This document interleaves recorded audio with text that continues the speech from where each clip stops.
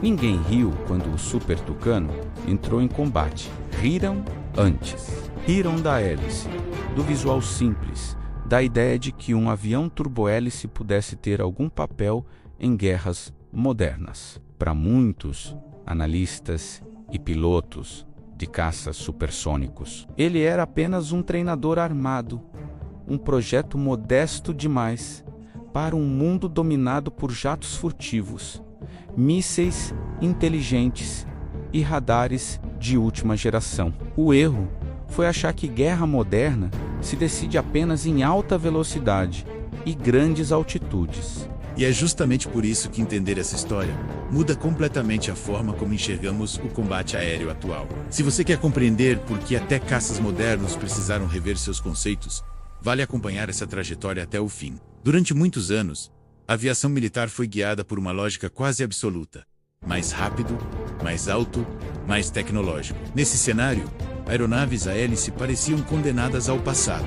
Quando o Super Tucano surgiu desenvolvido no Brasil, muitos o classificaram como uma solução limitada, pensada apenas para países com poucos recursos ou forças aéreas de menor expressão. Poucos perceberam que ele não tentava competir com caças de ponta, menos ele estava sendo criado para vencer um tipo diferente de guerra. O A-29 Super Tucano nasceu com uma proposta clara: ser resistente, confiável e extremamente eficiente em missões específicas. Apoio aéreo aproximado, vigilância armada, interdição e combate a ameaças irregulares. Em vez de apostar em velocidade extrema, ele priorizou autonomia, precisão e capacidade de operar em ambientes hostis. Essas características foram vistas como fraquezas por quem analisava o avião com a mentalidade da Guerra Fria. O mundo, porém, estava mudando rapidamente. Grandes confrontos diretos entre superpotências deram lugar a conflitos assimétricos, guerrilhas, grupos armados não convencionais e guerras prolongadas em terrenos difíceis. Selvas, desertos e áreas montanhosas passaram a ser os principais palcos de combate. Nesses ambientes, caças modernos enfrentavam limitações inesperadas: alto custo por hora de voo, pouco tempo sobre a área e dificuldade de identificar alvos pequenos e móveis. Mesmo assim, o preconceito persistia. Muitos afirmavam que o Super Tucano só poderia operar em ambientes completamente permissivos, sem qualquer ameaça aérea ou defesa antiaérea relevante. Bastaria colocá-lo frente a um adversário mais sofisticado para que suas limitações ficassem evidentes. Essa crítica parecia lógica, mas ignorava um ponto essencial. O Super Tucano nunca foi projetado para enfrentar caças modernos em combates clássicos. Ele foi feito para dominar o espaço aéreo baixo, onde a maior parte dos conflitos reais acontece. Enquanto era subestimado em debates teóricos, o Super Tucano acumulava algo muito mais importante: experiência real. Missão após missão, ele demonstrava uma eficiência que não aparecia em fichas técnicas. Sua capacidade de voar baixo devagar permitia uma observação detalhada do terreno. Seu baixo nível de ruído, comparado a jatos supersônicos, dificultava a detecção antecipada. E sua autonomia permitia algo raro: presença constante no campo de batalha. Pouco a pouco, forças aéreas começaram a perceber que havia algo errado na narrativa dominante. O avião simples demais para impressionar em desfiles e apresentações estava entregando resultados concretos onde realmente importava. Ele identificava alvos com precisão, apoiava tropas em terra de forma direta e mantinha pressão contínua sobre o inimigo.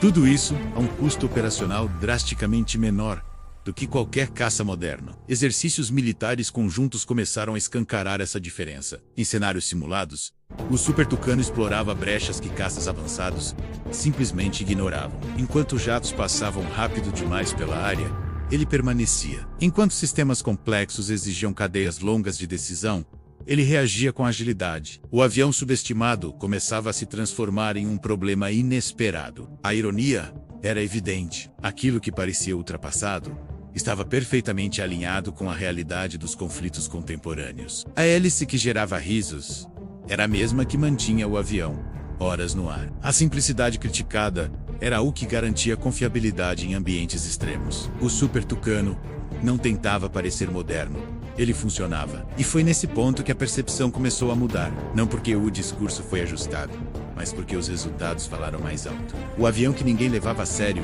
estava prestes a ensinar uma lição dura à aviação de combate moderna. Vencer uma guerra não é sobre parecer invencível. é sobre cumprir a missão. Depois que os primeiros resultados começaram a aparecer, ficou impossível ignorar o que o Super Tucano estava fazendo no mundo real. Não era mais uma discussão teórica entre especialistas ou comparações baseadas apenas em fichas técnicas. Os relatórios operacionais começaram a mostrar um padrão consistente em determinados tipos de missão. O A-29 entregava mais resultado do que aeronaves muito mais caras e avançadas, e isso obrigou forças aéreas inteiras a reverem suas prioridades. Um dos fatores mais decisivos era a permanência sobre a área de operação. Em conflitos assimétricos, informação vale tanto quanto o poder de fogo. Identificar um alvo errado pode gerar consequências políticas, estratégicas e humanas graves. O Super Tucano podia observar por longos períodos, confirmar padrões de comportamento e agir apenas quando havia certeza. Caças supersônicos, limitados pelo consumo elevado de combustível, simplesmente não tinham esse luxo. Essa capacidade de vigilância contínua transformou o Super Tucano em uma plataforma híbrida, algo entre avião de reconhecimento e aeronave de ataque. Ele não dependia de outra aeronave para identificar o alvo e de uma terceira para realizar o ataque. Tudo acontecia a partir da mesma plataforma, em tempo quase imediato. Isso reduzia drasticamente o tempo entre a detecção e a ação, um fator crítico em operações contra grupos móveis e imprevisíveis. Outro ponto que mudou a percepção foi a integração com forças terrestres. O Super Tucano foi projetado para operar em contato direto com tropas no solo, mantendo comunicação constante e clara, voando mais baixo e em velocidades reduzidas. Os pilotos tinham maior consciência situacional e conseguiam responder rapidamente a pedidos de apoio. Em vez de ataques rápidos e distantes, o que se via era um acompanhamento próximo, quase contínuo, do avanço das forças em terra. A infraestrutura necessária para manter o avião em operação também chamou atenção. Enquanto caças modernos exigem manutenção complexa, equipes altamente especializadas e peças caras, o Super Tucano podia ser mantido operando com logística muito mais simples. Em regiões remotas, isso significava a diferença entre ter ou não cobertura aérea constante. A guerra moderna, especialmente fora dos grandes centros estratégicos, raramente acontece perto de bases perfeitamente equipadas. Com o tempo, exercícios conjuntos entre países começaram a expor uma realidade desconfortável. Em cenários simulados, o Super Tucano não competia com caças avançados. Ele os complementava de forma tão eficiente que, em algumas situações, se tornava indispensável. Caças assumiam o controle aéreo em grandes altitudes, enquanto o A-29 dominava o espaço baixo, onde sensores sofisticados nem sempre tinham o mesmo desempenho. Foi nesse contexto que surgiu um novo entendimento. O Super Tucano não era uma alternativa inferior, mas uma ferramenta especializada. Ele fazia aquilo que muitos caças modernos não foram projetados para fazer. E quanto mais os conflitos reais se distanciavam da guerra convencional clássica, mais evidente ficava o valor dessa especialização. Aos poucos, o discurso mudou dentro das próprias forças aéreas. Em vez de perguntar se o Super Tucano conseguiria sobreviver em um campo de batalha moderno, a pergunta passou a ser outra: quantos recursos estavam sendo desperdiçados usando caças caros em missões que um turbohélice fazia melhor? Essa inversão de lógica foi um divisor de águas. O avião, antes tratado como solução provisória, passou a ser visto como ativo estratégico, não por sua capacidade de enfrentar caças inimigos em duelos aéreos, mas por sua habilidade de controlar o ambiente onde a maior parte das guerras realmente acontece. Ele não precisava ser o mais rápido ou o mais avançado, precisava estar presente, disponível e pronto para agir. E foi exatamente isso que começou a incomodar. O Super Tucano expôs uma verdade que muitos preferiam ignorar. Em guerra, eficiência operacional muitas vezes pesa mais do que sofisticação tecnológica. Essa constatação abriria caminho para algo ainda mais surpreendente. Quando o avião passasse a enfrentar cenários considerados, até então, fora de sua zona de conforto. À medida que o Super Tucano consolidava seu espaço nas missões de vigilância e apoio aéreo, surgiu a pergunta que muitos evitavam fazer: até onde ele realmente podia ir? Para críticos, o limite era claro. Bastaria introduzir defesas aéreas mais sofisticadas ou aeronaves modernas para que o A-29 se tornasse vulnerável. Era uma suposição lógica no papel, mas a realidade mostrou que o cenário era mais complexo do que parecia. O primeiro fator ignorado por essa crítica era o ambiente operacional. O Super Tucano não operava isolado nem de forma ingênua. Ele passou a atuar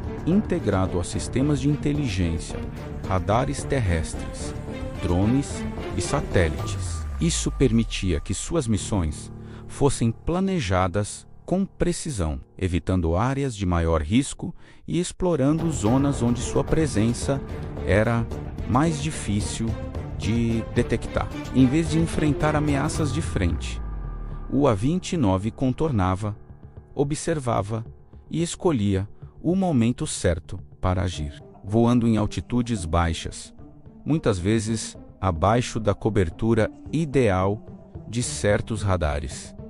O Super Tucano se beneficiava de algo simples, mas extremamente eficaz. O terreno, montanhas, florestas e irregularidades naturais funcionavam como escudos, enquanto caças modernos dependiam de grandes altitudes para maximizar o desempenho de sensores e armamentos. O A-29 explorava exatamente o oposto.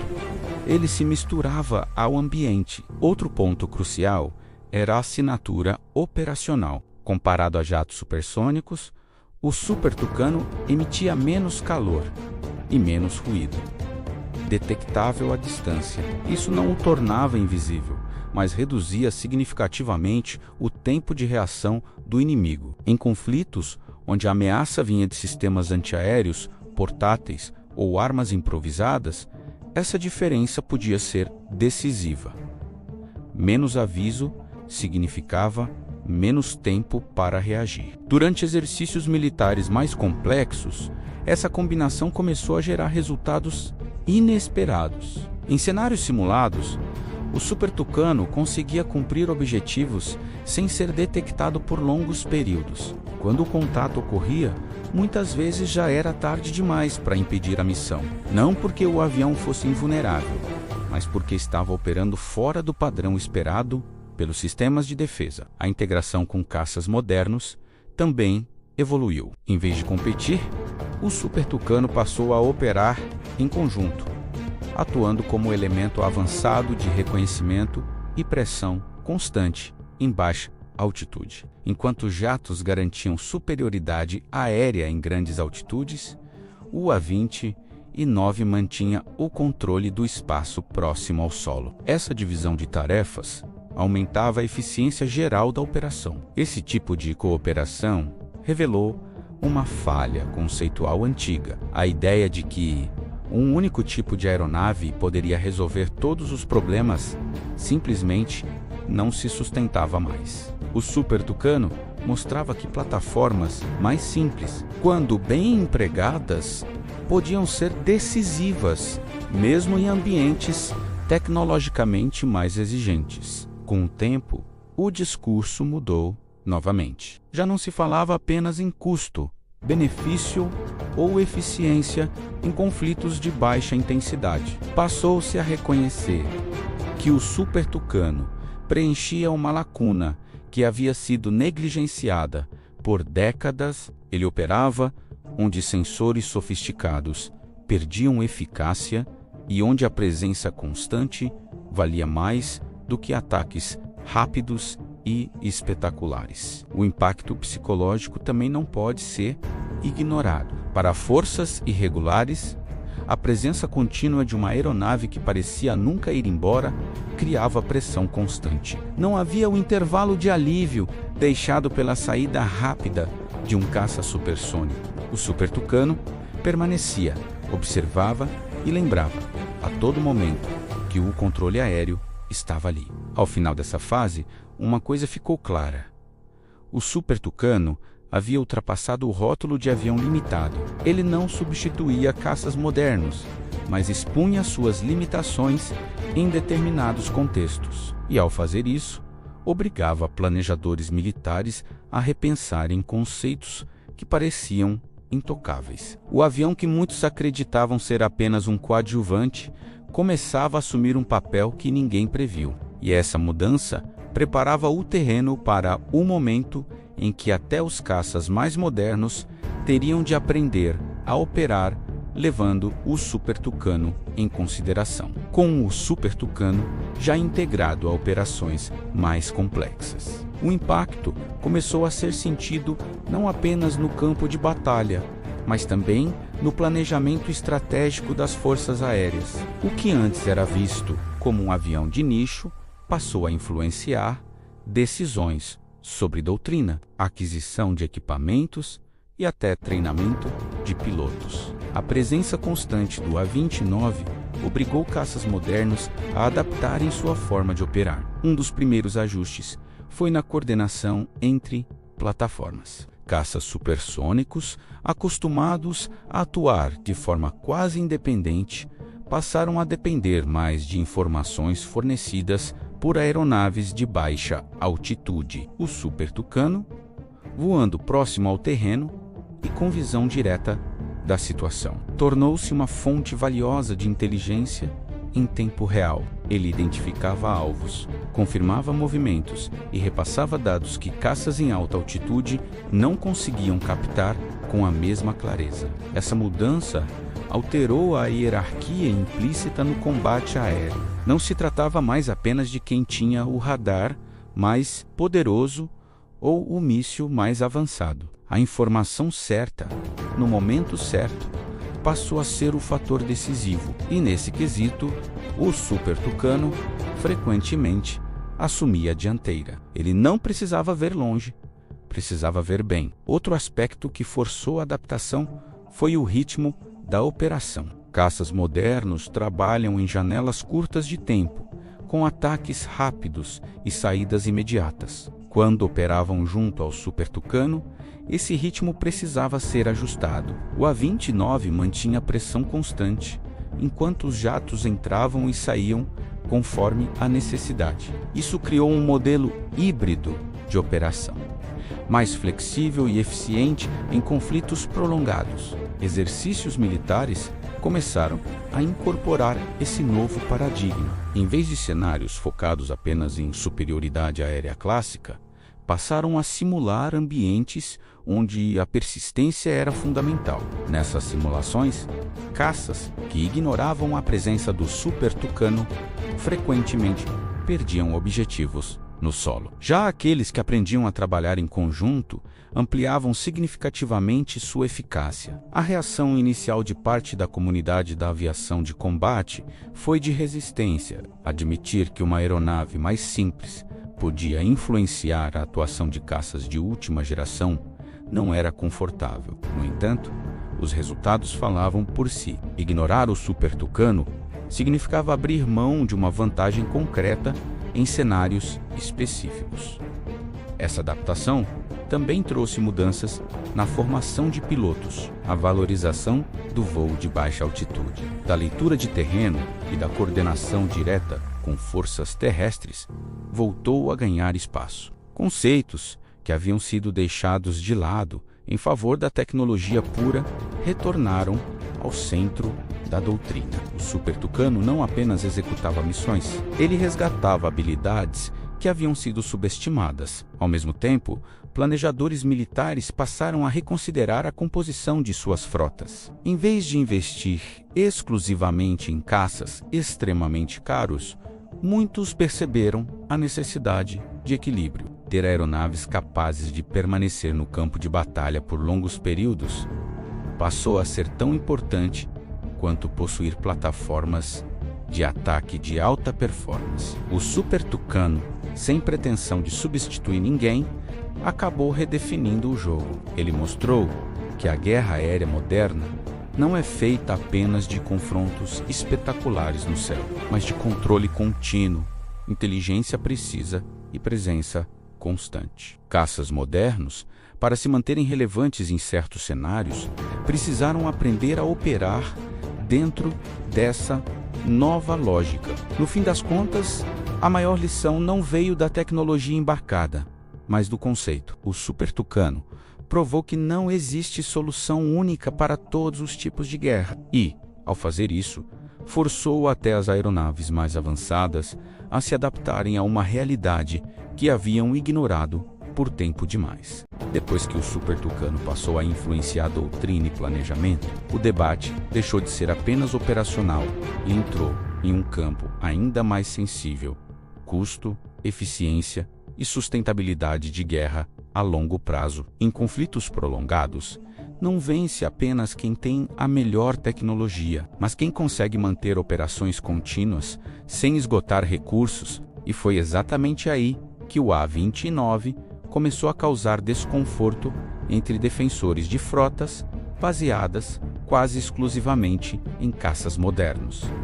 Os números eram difíceis de ignorar. Uma única hora de voo de um caça de última geração podia custar o equivalente a dezenas de horas de operação do Super Tucano. Em campanhas que duravam meses ou anos, essa diferença se transformava em fator estratégico. Não se tratava apenas de economia financeira, mas de disponibilidade real. Enquanto caças passavam longos períodos em manutenção, o A-29 continuava voando. Essa disponibilidade constante mudou a dinâmica do controle aéreo em áreas críticas. O Super Tucano não precisava ser acionado apenas em momentos pontuais. Ele estava sempre presente, criando uma sensação de domínio permanente do espaço aéreo baixo. Para forças irregulares, isso significava operar sob vigilância contínua. Para forças regulares, significava liberdade de manobra em terra. Outro ponto decisivo foi a flexibilidade do armamento. O Super Tucano podia empregar diferentes tipos de cargas, ajustando-se rapidamente à missão. Em vez de depender de munições extremamente sofisticadas e caras, ele utilizava armamentos precisos e adequados ao contexto. Isso reduzia danos colaterais e aumentava a eficiência em ambientes onde a identificação correta do alvo era essencial. A experiência acumulada também começou a influenciar decisões políticas e estratégicas. Países que adotaram o Super Tucano passaram a defender publicamente a importância de aeronaves de ataque leve em conflitos modernos. O discurso mudou. Não se falava mais em substituição de caças, mas em complementaridade inteligente. Essa mudança de narrativa teve impacto direto em programas de aquisição e cooperação internacional. Com o tempo, até forças aéreas altamente tecnologizadas passaram a estudar conceitos semelhantes. A ideia de aeronaves persistentes, capazes de operar longos períodos com baixo custo, voltou ao centro das discussões. Não por nostalgia, mas por necessidade. O Super Tucano havia demonstrado que eficiência operacional não precisa vir acompanhada de complexidade extrema. Essa constatação também afetou a forma como inimigos passaram a reagir. Em vez de esperar ataques rápidos e esporádicos, passaram a lidar com presença constante. Isso alterou padrões de movimentação, logística e até moral. O simples som, distante de uma aeronave que parecia nunca ir embora, se tornava um fator psicológico relevante. Ao longo desse processo, o Super Tucano deixou de ser visto como exceção e passou a ser referência não como símbolo de tecnologia avançada, mas como exemplo de alinhamento perfeito entre missão e meio. Ele fazia exatamente o que precisava ser feito, pelo tempo que fosse necessário, sem exigir uma estrutura gigantesca para isso. Esse reconhecimento consolidou algo importante. O Super Tucano não era apenas uma solução circunstancial para conflitos específicos. Ele representava uma abordagem diferente de guerra aérea. Uma abordagem que havia sido negligenciada em meio à obsessão por velocidade, furtividade e poder bruto. E foi essa abordagem que abriu caminho para a conclusão inevitável. Se o Super Tucano havia conseguido ensinar tanto sobre eficiência, presença e controle, restava entender até que ponto ele havia realmente mudado a forma como até os caças modernos pensavam o combate aéreo. No fim das contas, o maior legado do Super Tucano não foi uma vitória específica nem um confronto isolado, mas a mudança silenciosa na forma como a guerra aérea passou a ser pensada. O avião que ninguém levava a sério obrigou forças aéreas inteiras a aceitarem uma verdade simples e desconfortável. Não existe tecnologia milagrosa capaz de substituir estratégia bem alinhada à realidade do combate. Os caças modernos continuaram essenciais. Eles mantiveram seu papel de superioridade aérea, dissuasão e ataques de alta intensidade.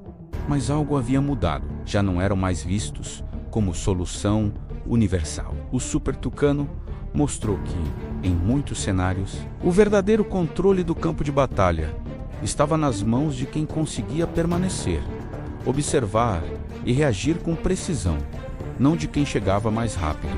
Essa mudança foi incorporada aos poucos, quase sem alarde. Novas doutrinas passaram a incluir camadas diferentes de atuação aérea, combinando plataformas de alto desempenho com aeronaves persistentes. O céu deixou de ser dominado por um único tipo de avião. Tornou-se um ambiente integrado onde cada plataforma tinha um papel claro. E o Super Tucano conquistou o seu não pela força, mas pela consistência. O mais simbólico é que essa lição veio de um projeto que muitos consideravam simples demais. Um avião sem furtividade, sem velocidade supersônica, sem promessas futuristas. Ainda assim, ele fez algo que poucos conseguiram. Expôs as limitações de conceitos que pareciam inquestionáveis. Ao fazer isso, não enfraqueceu a aviação de combate moderna, menos ele a tornou mais eficiente. O reconhecimento internacional consolidou essa mudança de mentalidade. Países que antes ignoravam aeronaves de ataque leve passaram a incluí-las em seus planejamentos, não como improviso, mas como escolha estratégica. O Super Tucano deixou de ser visto como exceção e passou a representar uma categoria inteira de pensamento operacional. Para muitos pilotos de caça, essa foi uma lição de humildade. Não importava o quão avançado fosse o radar ou o quão rápido fosse o jato. Se a missão exigia presença constante, leitura de terreno e contato direto com forças no solo, o Super Tucano fazia melhor. Não porque fosse superior, mas porque era adequado. Essa adequação é o ponto central de toda a história. O Super Tucano nunca tentou ser algo que não era. Ele não prometeu dominar os céus em duelos épicos. Prometeu cumprir missões reais, em guerras reais, do jeito mais eficiente possível. E cumpriu. Ao olhar para trás, fica claro por que ele foi subestimado. A aviação militar se deixou seduzir pela aparência do futuro e esqueceu de observar o presente. O Super Tucano, com sua hélice girando, parecia fora de lugar. Na prática, estava exatamente onde precisava estar. Hoje, quando caças modernos operam lado a lado com aeronaves de ataque leve, essa convivência já não causa estranhamento. Ela é resultado direto das lições aprendidas. O avião que gerou risadas acabou se tornando referência. Não por impor medo pelo poder bruto, mas por conquistar respeito pela eficiência.